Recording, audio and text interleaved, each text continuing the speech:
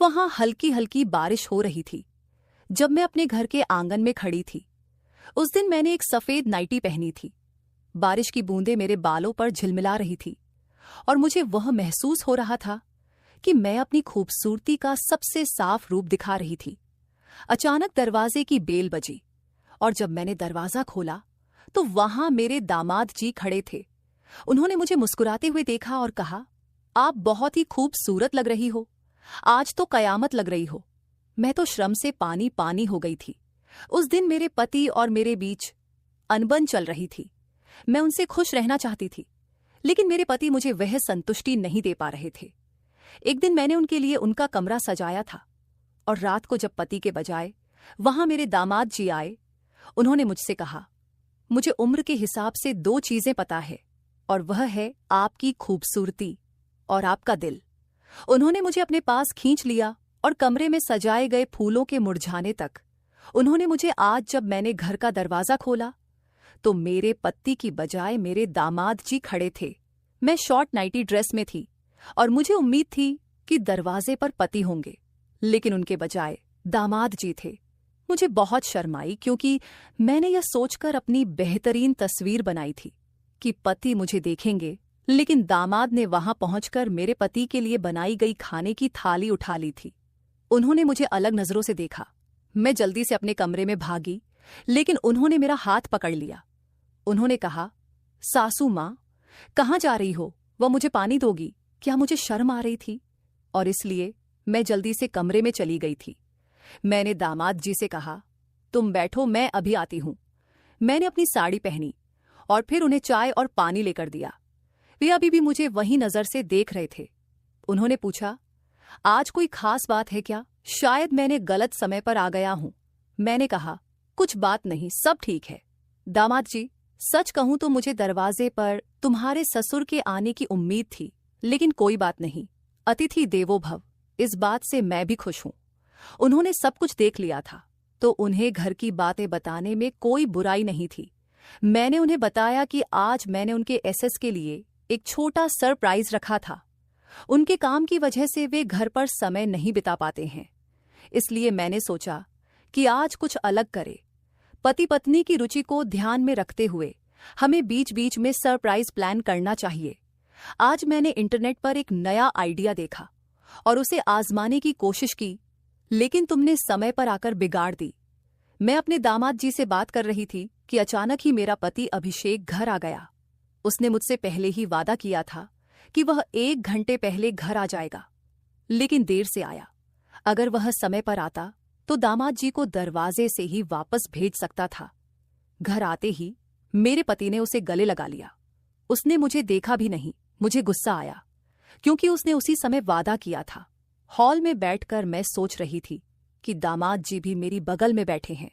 मेरा ध्यान उनकी ओर से हट गया था। जब दामाद जी ने मुझे अचानक अपने हाथों में लिया, मैं चौंक गई थी क्योंकि मेरे मन में अभी भी विचारों की गहराई में डूबा हुआ था। दामाद जी के आगमन से मुझे डर लगा था। उन्होंने देखा कि मैं घबरा गई हूं और पूछा, आप यहां अकेली बैठकर क्यों बड़बड़ा रही हो? मैंने उनका हाथ पकड़ा और सीधे अपने कमरे की ओर ले गई। वहां उन्हें मैंने सजाया हुआ बिस्तर दिखाया। दामाद जी ने बिस्तर की तारीफ की। आपने बहुत अच्छी तरह सजाया है। मैंने उसे समझाने की कोशिश की कि मैं उसे क्या दिखाना चाह रही थी, लेकिन मुझे लगा वह मुझे समझ नहीं पा रहे थे। गुस्से में मैं कमरे से बाहर निकल आई और कहा, मैं तुम्हें सिर्फ बिस्तर नहीं दिखा रही थी।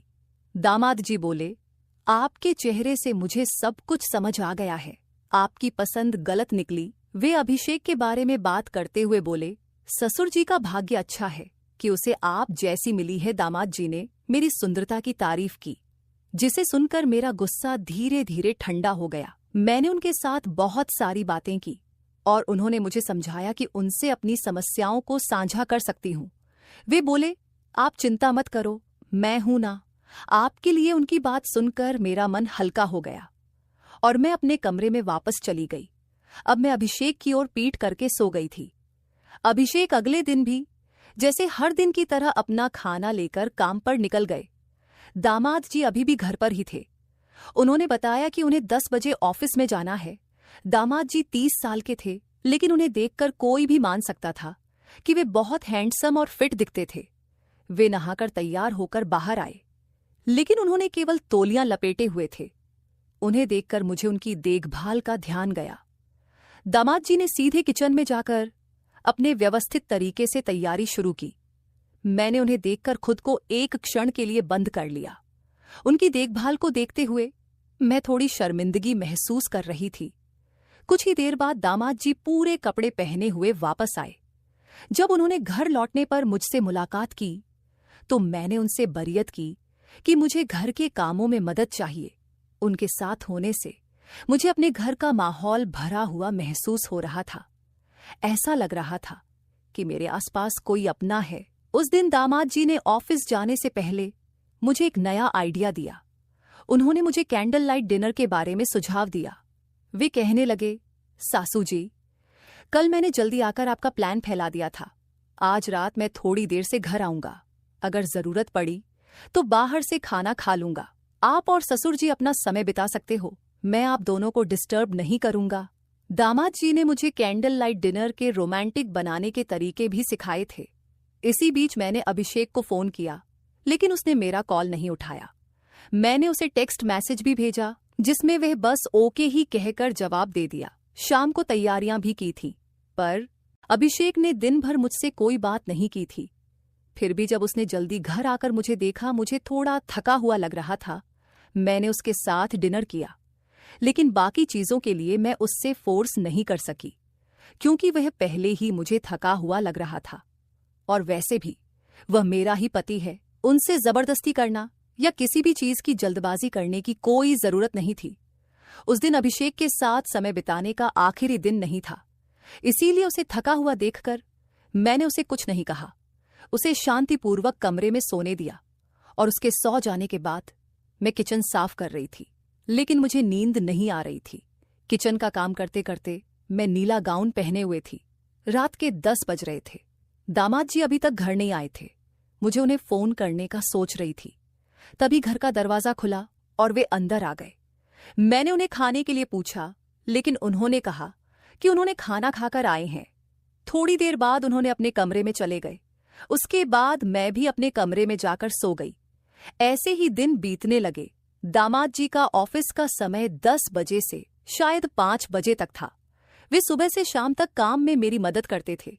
जैसे वे मेरी मदद करते थे, वैसे ही मदद मेरे पति ने कभी नहीं की थी।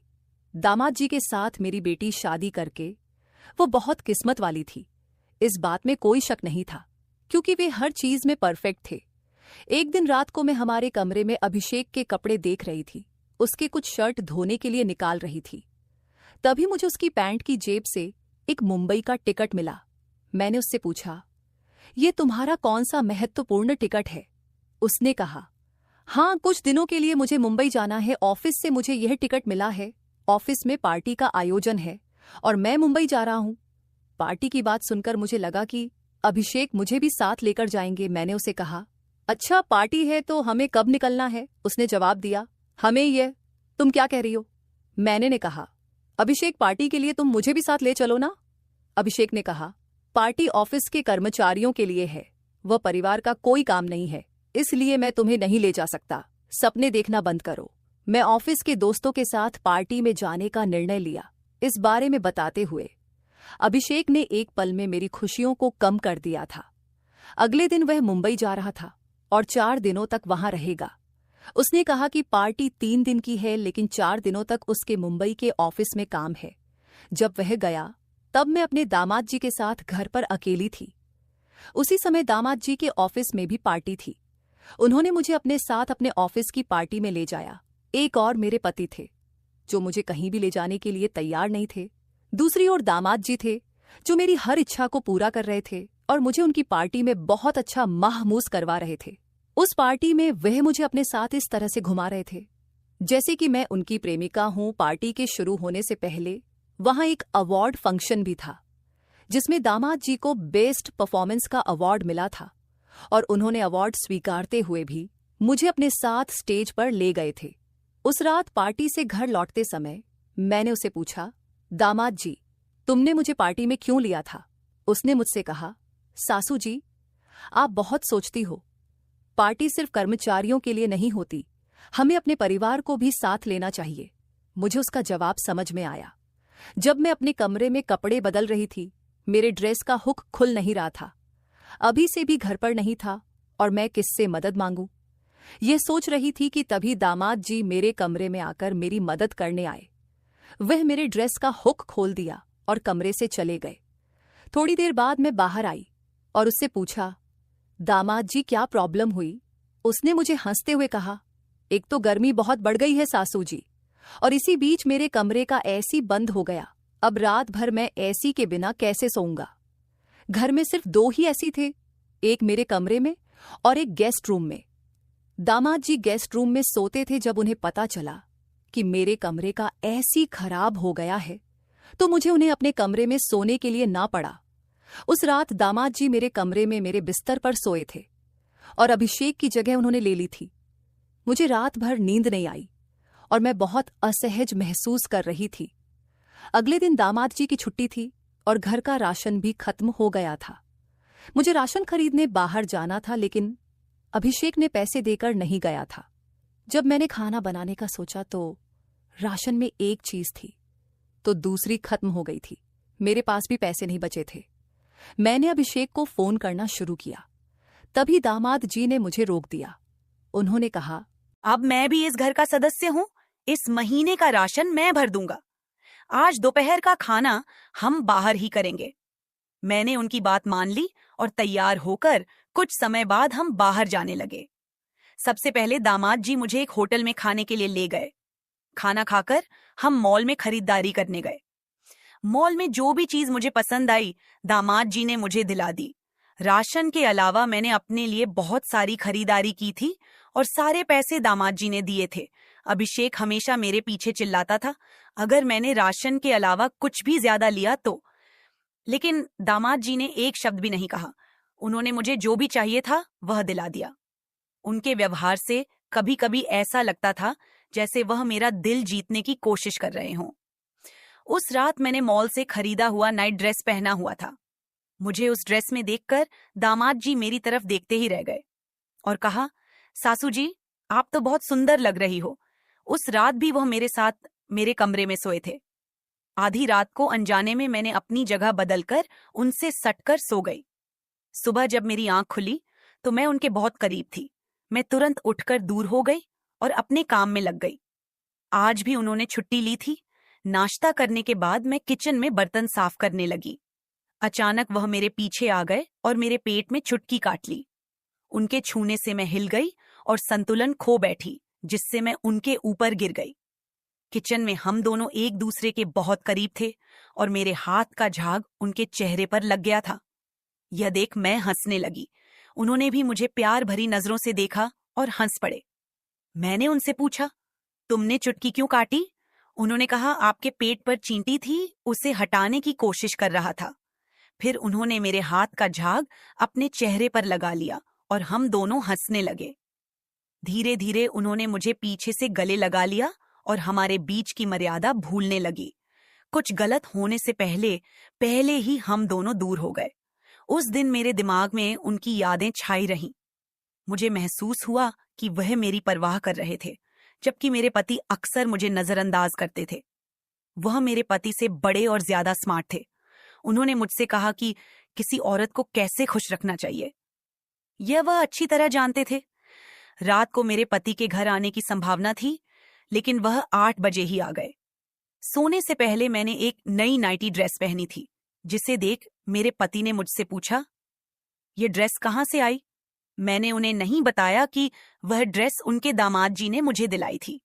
मैंने कहा कि मेरे पास थोड़े पैसे थे जिनसे मैंने एक ड्रेस खरीद ली। अभिषेक मुझे शक भरी नजरों से देखने लगा, लेकिन अब मुझे उसकी नजरों की जरा भी परवाह नहीं थी। जिस व्यक्ति को अपनी पत्नी की परवाह नहीं है, उसके बारे में मैं क्यों सोचूं? मेरी परवाह तो दामाद जी को थी, जो मेरी भावनाओं का सम्मान करते थे। मुझे यह समझ में आ गया था कि वही मुझे फूल की तरह संभाल सकते हैं। अब इस फूल की खुशबू उसकी देखभाल करने वाले के पास ही महक नहीं चाहिए। यह मैंने समझ लिया था।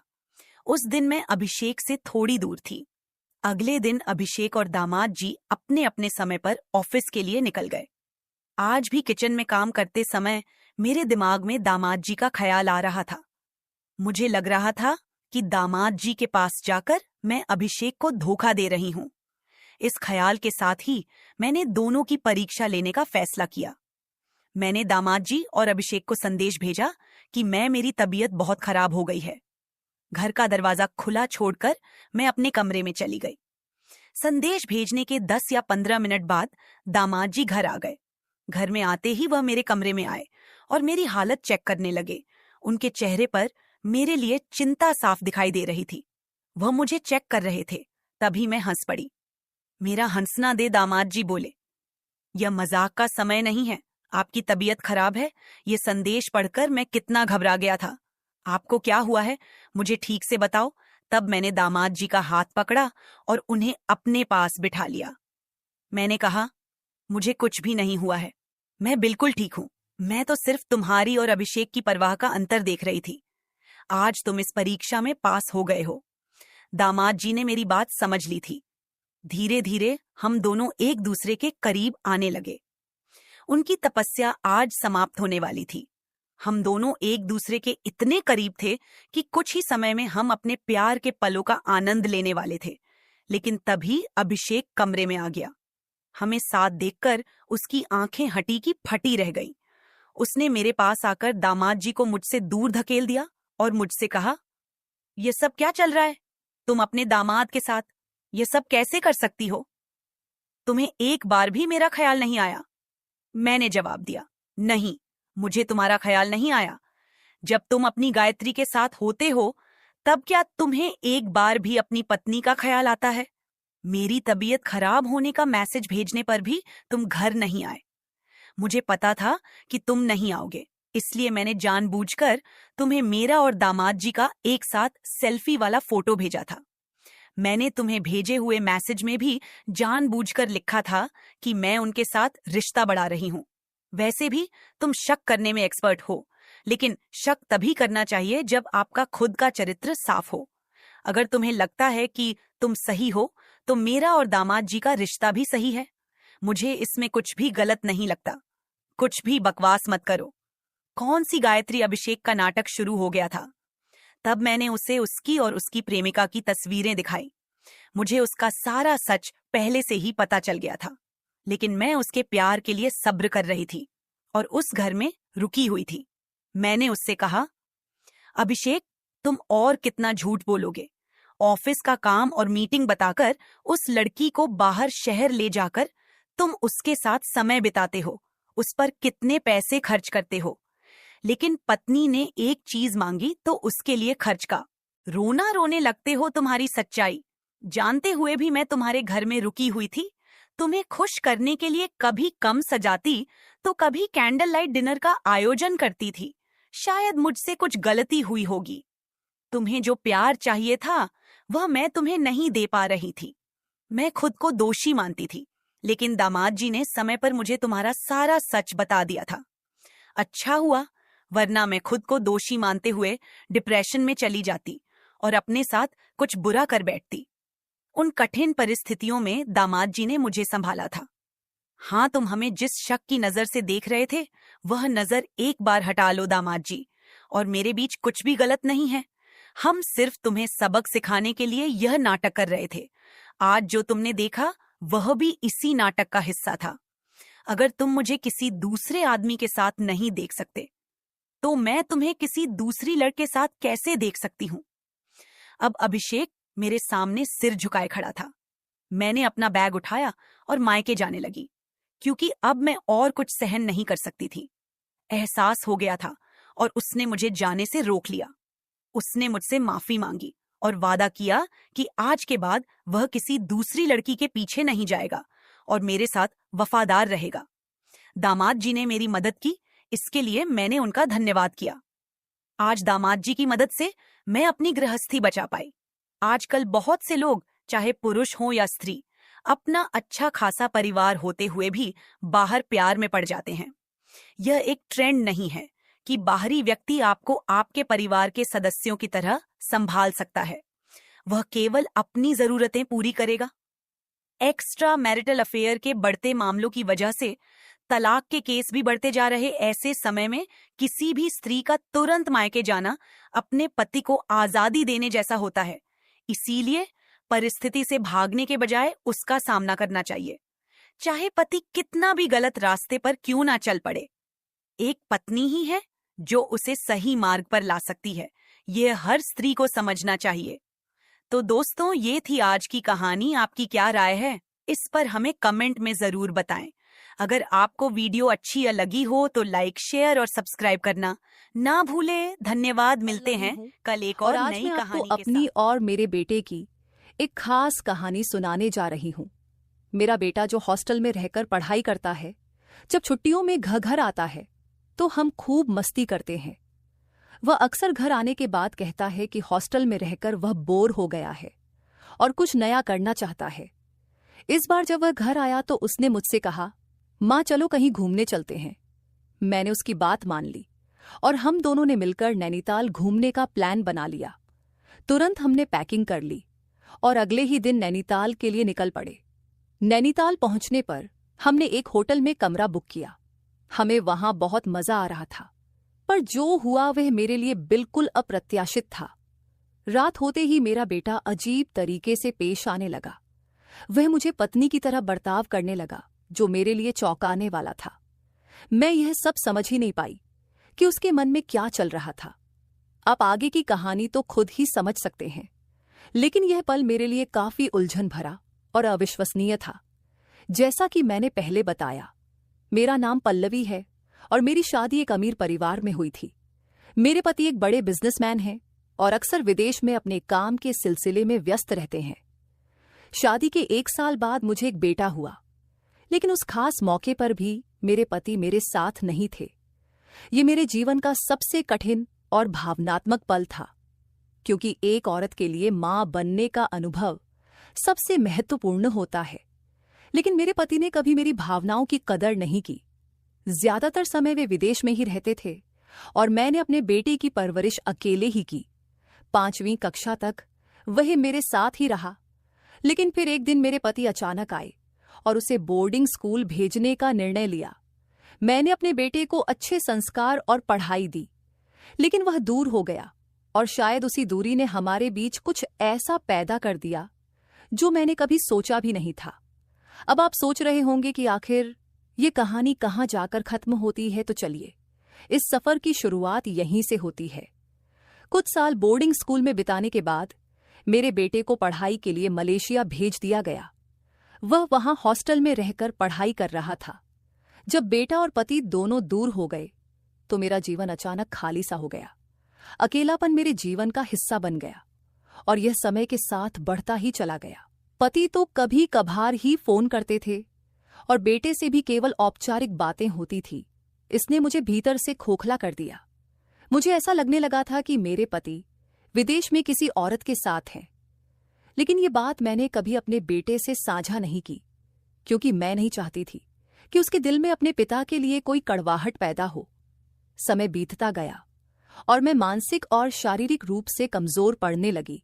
डॉक्टर ने मेरी हालत को देखते हुए कहा कि मुझे किसी के साथ की जरूरत है और मस्ती और सुकून भरी जगह पर जाने की सलाह दी। उन्होंने मेरे बेटे को भी फोन करके यह सब बताया।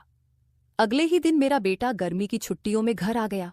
उसने मुझसे कहा, मम्मी आप अपना सामान पैक कर लो, हम नैनीताल चल रहे हैं।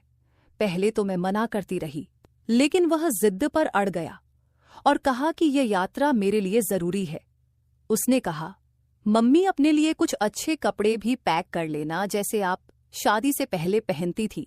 मैं थोड़ी हिचकिचा, लेकिन बेटे की खुशी के लिए मैंने अच्छे कपड़े पैक कर लिए।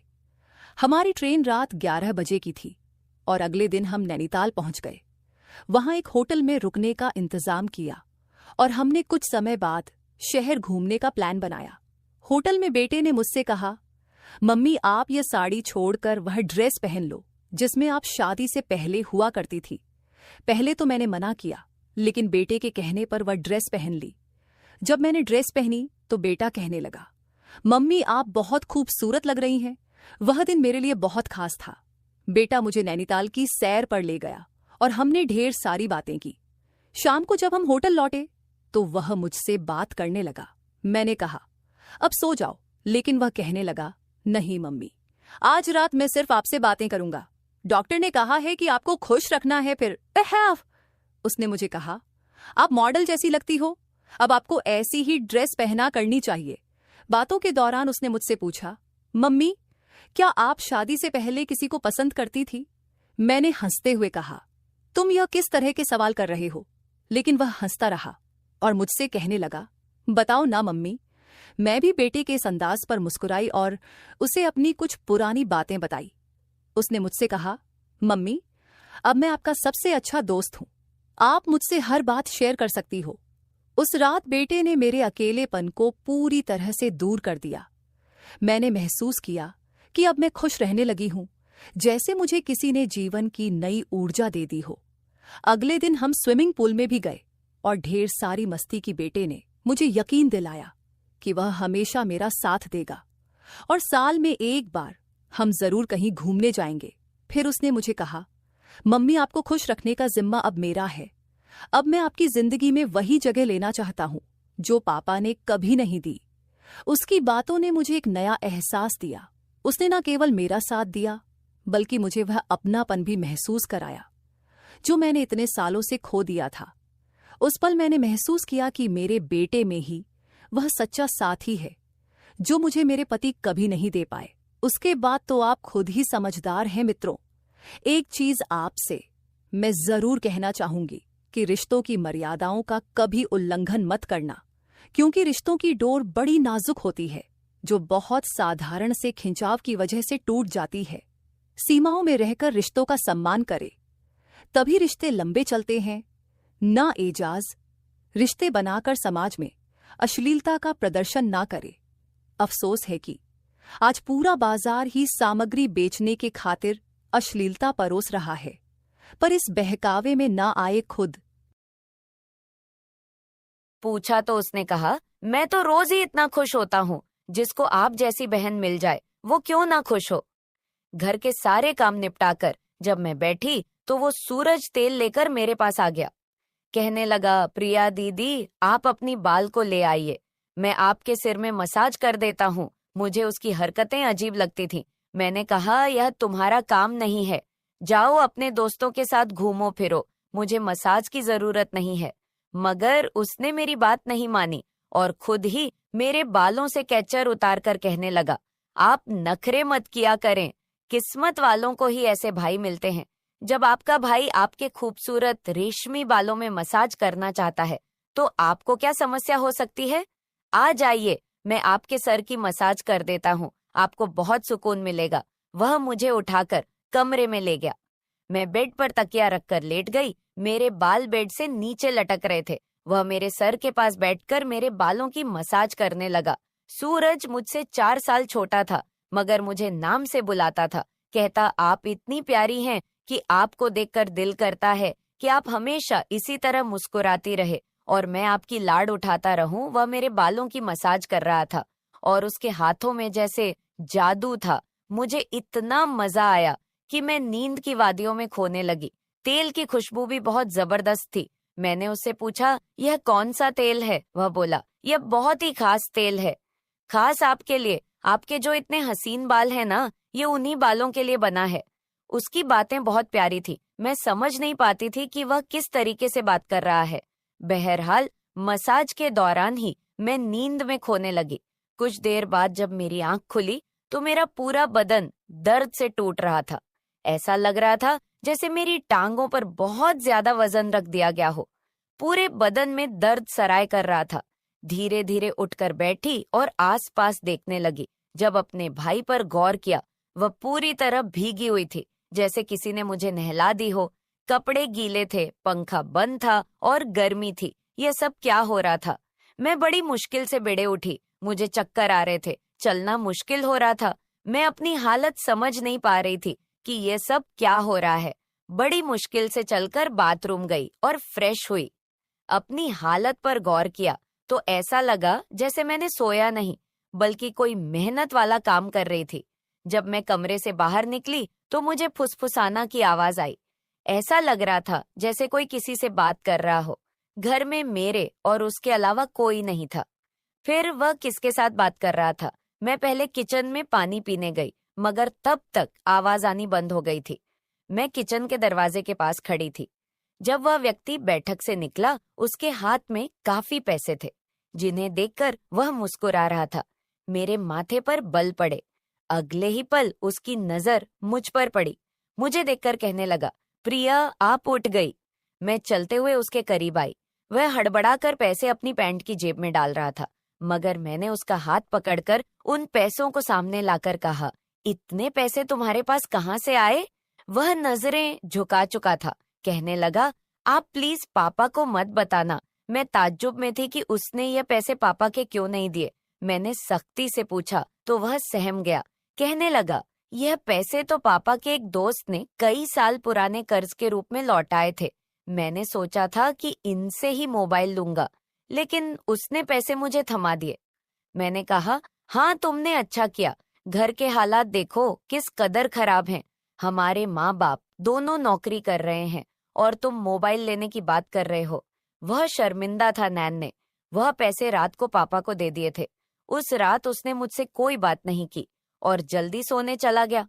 अगले दिन मैं किचन में काम कर रही थी जब सूरज अपने दोस्तों के साथ घर में दाखिल हुआ। वह जितनी हैरान होती उतना कम था, क्योंकि वह अपने दोस्तों को सीधा लाउंज में ही ले आया था। उस वक्त मैं दुपट्टा उतारकर बर्तन धो रही थी। जब वह सब हंसते हुए अंदर आए, मैंने तुरंत दुपट्टा किया और फिर सूरज को समझाने लगी कि यह क्या तरीका है। तुम जानते हो इस वक्त मम्मी पापा घर नहीं है, फिर भी इन लोगों को घर ले आए हो। सूरज कहने लगा, ये मेरा घर है। जब आपको मेरा ख्याल नहीं है तो मैं आपका ख्याल क्यों करूं? अच्छा खाना तैयार करो, मेरे बहुत खास दोस्त हैं। वह मुझसे का काफी नाराज हो चुका था, मगर अब मैं क्या करती? खाना तो बनाना जरूरी था। मैं उसके दोस्तों के लिए खाना बनाने लगी तो वह बोला, खाना परोसने भी तुम खुद ही आओगी। मुझे सूरज का रवैया हैरान कर रहा था। छोटी सी बात पर वह ऐसे कैसे बदल सकता था? मैंने खाना टेबल पर लगा दिया। मैंने गौर किया कि उसके दोस्त बार बार मुझे घूर कर देख रहे थे। वे सभी सूरज की उम्र से बड़े थे और अजीब तरीके से घूर रहे थे, जैसे कच्चा ही खा जाएंगे। मैं अपने कमरे में बंद होकर रह गई। जैसे ही वे गए तो मैं सूरज पर फट पड़ी कि दोबारा तुम्हारे दोस्त मुझे इस घर में नजर ना आए। मगर वह तो अगले ही पल मेरे गाल थाम कर कहने लगा, इतना गुस्सा कहाँ से आता है? उन्होंने नहीं आएंगे वे दोबारा।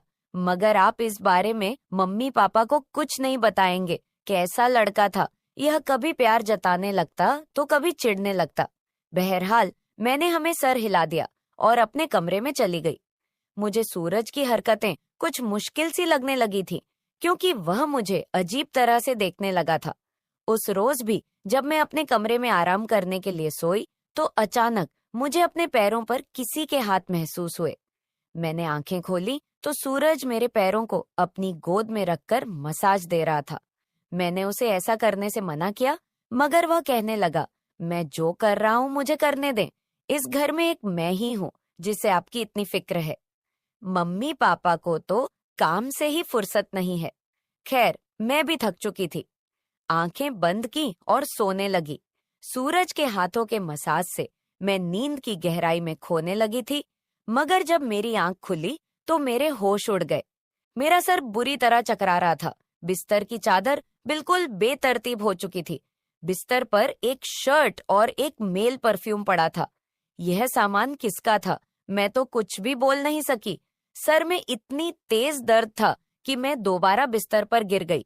ऐसा लग रहा था जैसे किसी ने मुझे बेहोशी की दवा पिला दी हो। मुझे पास में फुसफुसाना दे रही थी, मगर कौन बोल रहा था यह मैं पहचान नहीं सकी। मुझे तो बस सूरज की आवाज सुनाई दे रही थी। ऐसा लग रहा था जैसे वह मेरे कमरे में मौजूद हो और मुझे उठाने की कोशिश कर रहा हो। कुछ देर बाद जब मेरी आंख खुली तो सारा दृश्य मेरी नजरों के सामने घूमने लगा। मैंने सबसे पहले बेड की तरफ देखा जहां शर्ट और परफ्यूम पड़े थे, मगर अब वहां कुछ भी नहीं था। आज फिर मेरी हालत बड़ी अजीब थी। मैं बच्ची तो नहीं थी जो यह सब कुछ समझ ना पाती। घर में मेरे और सूरज के अलावा और कोई नहीं था। फिर मेरे सोने के बाद ऐसा क्या होता था कि मेरा पूरा शरीर पानी से नहला दिया गया हो। सिर्फ इतना ही नहीं, मेरा शरीर दर्द से चूर था और रंगत भी बिल्कुल पीली हो चुकी थी। दिन बदिनी भी सूरज मेरे करीब आने की कोशिश कर रहा था, मगर मैं बहाना बनाकर अपने कमरे में आ गई थी। दिमाग में अजीब से विचार आने लगे थे। तबीयत भी काफी खराब थी। मेरी हालत देखकर माँ भी परेशान होने लगी। उन्होंने कहा कि वे अगले दिन ऑफिस से छुट्टी लेकर मुझे डॉक्टर के पास ले जाएंगी ताकि पता चल सके कि मुझे क्या समस्या है। उस रात मैं बार बार उठ रही थी और ठीक से सो नहीं पाई। अगले दिन मेरे माता पिता हमेशा की तरह अपने काम पर चले गए थे। उन्हें शायद मेरी परवाह नहीं थी। मैं खुद ही डॉक्टर के पास गई, जहां अल्ट्रासाउंड में पता चला कि मैं गर्भवती हूँ। आखिर ये सब मेरे साथ कौन कर सकता था? सूरज मेरा भाई था, लेकिन फिर मेरे दिमाग में यह बात आई कि मैं उसे सगा भाई समझती हूँ। बात ऐसी थी कि किसी से छिपी नहीं थी कि मेरा सौतेला भाई है। वह मेरी माँ की दूसरी शादी से है, जबकि मैं माँ की पहली शादी की औलाद हूँ। इस तरह की बातें मुझे गलत सोचने पर मजबूर कर रही थी। समझ नहीं आ रहा था कि कैसे अपने माँ बाप को यह बात बताऊं। अयान मेरा सौतेला भाई जब मेरे पास बैठता तो कभी मेरा हाथ पकड़ता तो कभी मेरे गाल खींच देता। एक दिन मैं अस्पताल गई और अबॉर्शन से पहले डॉक्टर से कहा कि इस बच्चे का डीएनए टेस्ट करें। डॉक्टर ने रिपोर्ट दी और जब मैंने देखा तो मेरी सांसें थम गई। जो मैं समझ रही थी वैसा कुछ नहीं था। बच्चा किसी और का था, लेकिन कौन हो सकता था? मैंने अपने कमरे में मोबाइल का कैमरा फिट कर दिया। एक दिन जब माँ बाप घर पर नहीं थे, सूरज फिर मेरे पास आया और मेरे सिर की मालिश करने लगा। मैंने बहुत कोशिश की कि ना सोऊं, लेकिन तेल में शायद बेहोशी की दवा थी। जैसे ही मैं उसे सूंघी बेहोश हो गई। 1 घंटे बाद होश आया। माँ बाप भी घर लौट आए थे। जब मैंने कैमरे की रिकॉर्डिंग देखी तो जैसे पैरों तले जमीन खिसक गई। सूरज मेरे कमरे में अपने दोस्तों को लाता था जो मेरे साथ बुरा बर्ताव करते थे। अपना काम पूरा करने के बाद वे सूरज को पैसे देते और चले जाते। यह जानकर मैं टूट गई थी।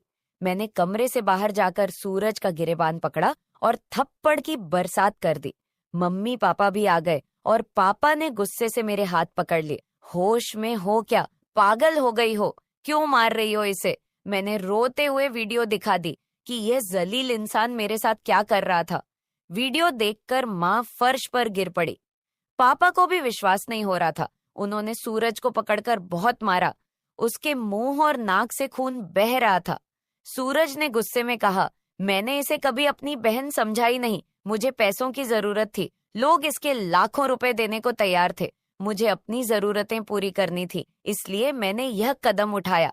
अपनी बहन की जिस्म फरोशी करवाई। मैं अपने कानों पर हाथ रखकर बस रोए जा रही थी। पापा ने उसे इतना मारा कि वह लहूलुहान हो गया, मगर जैसे तैसे खुद को उनसे छुड़वाकर घर से भाग गया और फिर कभी पलटकर उस घर में नहीं आया।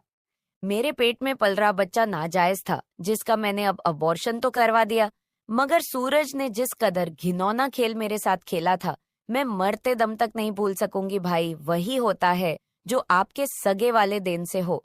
किसी भी अनजान मर्द के सहारे अपनी जवान जहान बेटी को छोड़ना बहुत बड़ी बेवकूफी है, क्योंकि शैतान परस्त मर्द हर वक्त इस आर में रहते हैं कि वह किसी न किसी बिनती हवा की इज्जत को नीलाम करे। तुम्हें अपनी तमाम देखने और सुनने वाले से यही गुजारिश करूंगी कि हमेशा अपनी बेटी को साथ पर्दे में रखें और कभी किसी भी अनजान मर्द के सहारे पर उन्हें अकेला न छोड़े। इस सारे मामले में गलती किसकी थी? मेरे माँ बाप की, जो पैसा कमाने के चक्कर में बच्चों से बिल्कुल ही बेफिक्र हो गए थे, या फिर मेरी कि मैं अपने सौतेले भाई के साथ अकेली इस घर में रहती थी और उस पर हद से ज्यादा तबार करती थी। उसे अपना सगा भाई समझती